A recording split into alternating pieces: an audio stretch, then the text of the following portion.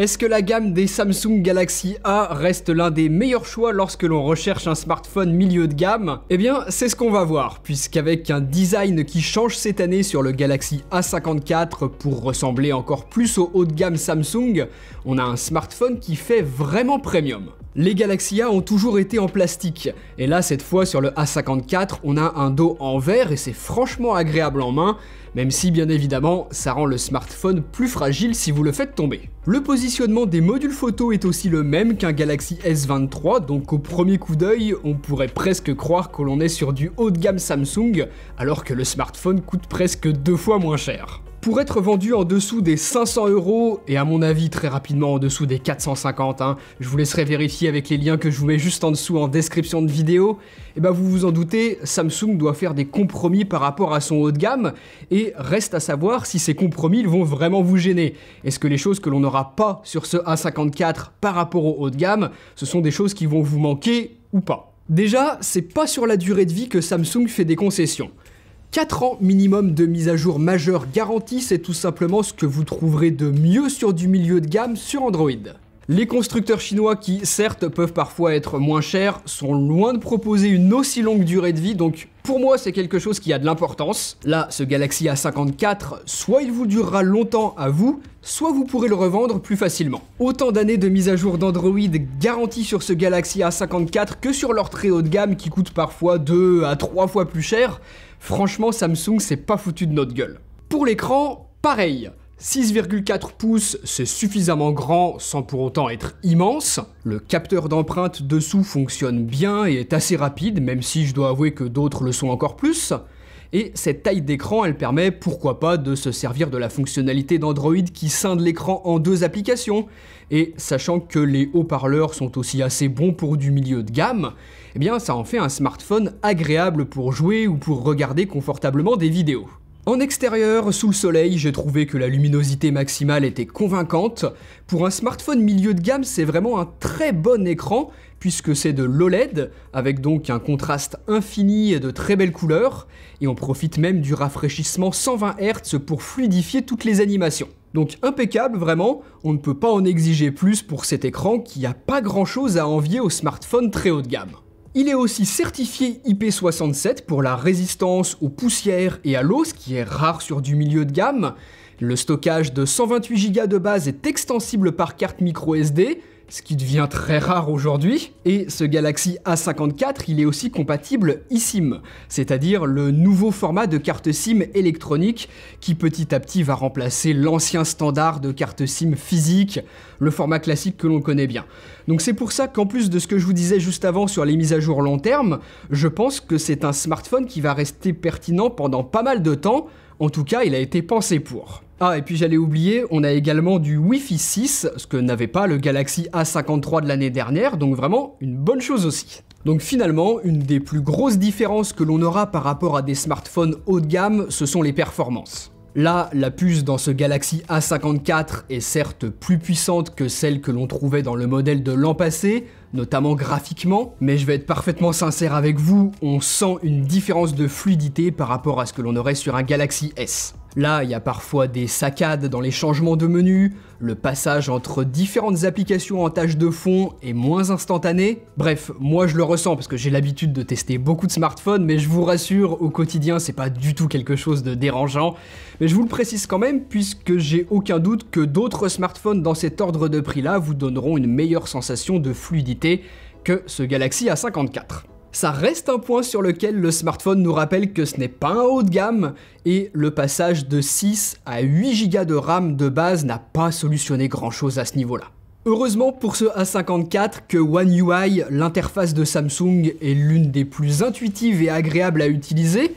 Par contre, elle reste assez peu personnalisable par rapport à des surcouches d'autres constructeurs qui laissent plus de liberté. Donc là, à vous de voir ce qui a le plus d'importance pour vous. Maintenant, pour ce qui est de l'autonomie de ce Galaxy A54, pas de réelle surprise, puisque comme sur le modèle de l'année dernière, on a la même grosse batterie de 5000 mAh, ce qui permet de tenir sa journée sans problème, sans se restreindre du tout avec ce que l'on fait sur le smartphone. Donc c'est toujours très bien, et le seul regret que l'on peut avoir, c'est la charge de 25 watts seulement, avec en plus de ça un chargeur qui n'est pas fourni dans la boîte. Donc vraiment, c'est pas ce qu'il y a de plus rapide, et on n'a pas non plus de charge sans fil malgré le dos qui est maintenant en verre. Donc c'est pas très étonnant sur du milieu de gamme, mais ça aurait pu être cool. Sinon, pour avancer un petit peu dans ce test, eh bien en photo et en vidéo, c'est pas mal du tout.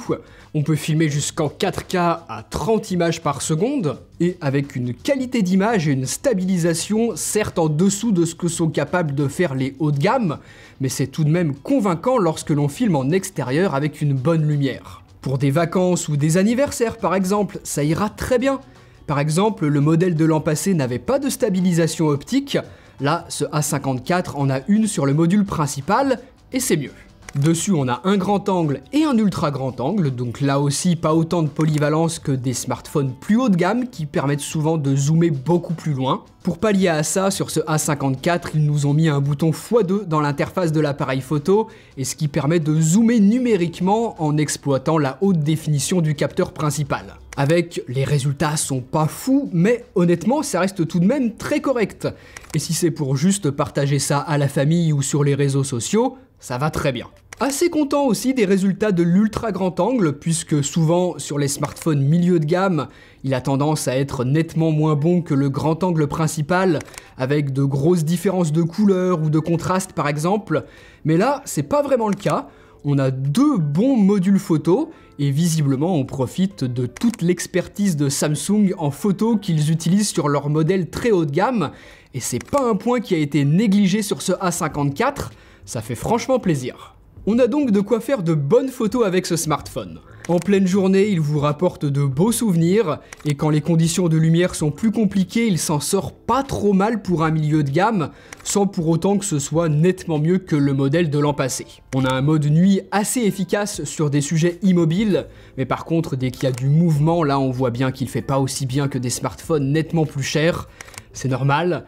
Les selfies en basse lumière, c'est pas franchement convaincant non plus avec un traitement logiciel assez agressif qui essaye de rattraper tout ça. Si vous voulez faire souvent des photos en soirée, dans des bars avec des amis par exemple, ou prendre en photo vos animaux, vos enfants, chez vous avec une lumière assez compliquée, bah clairement hein, c'est là que les smartphones haut de gamme se démarquent de ce que sont capables de faire les milieux de gamme.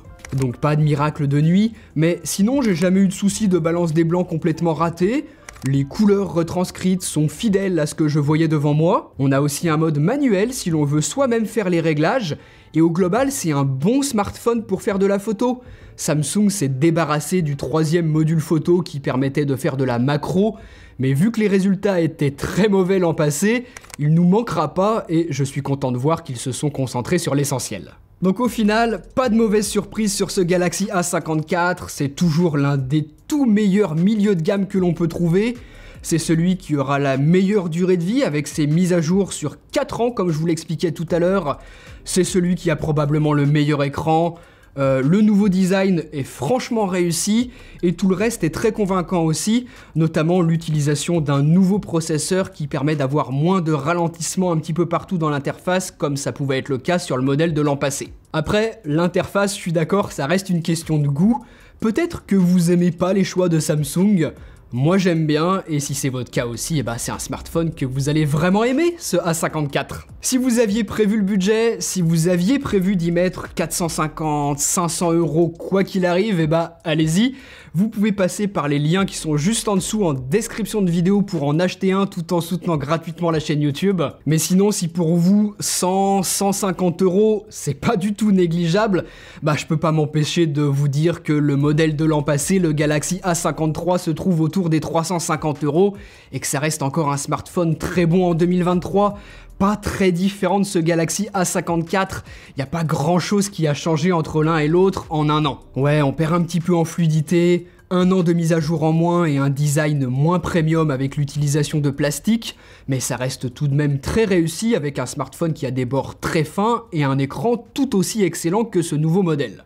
L'autonomie, les performances photo et vidéo restent très similaires également, donc je vous laisserai aller voir mon test que je vous ai sorti l'année dernière si vous avez envie d'en apprendre plus, mais voilà, considérez peut-être le Galaxy A53 qui reste un bon smartphone et qui est intéressant si vous avez un budget plus serré que celui que demande ce Galaxy A54. J'espère que mes conseils vous auront aidé, et puis nous on se retrouve très bientôt pour une prochaine vidéo.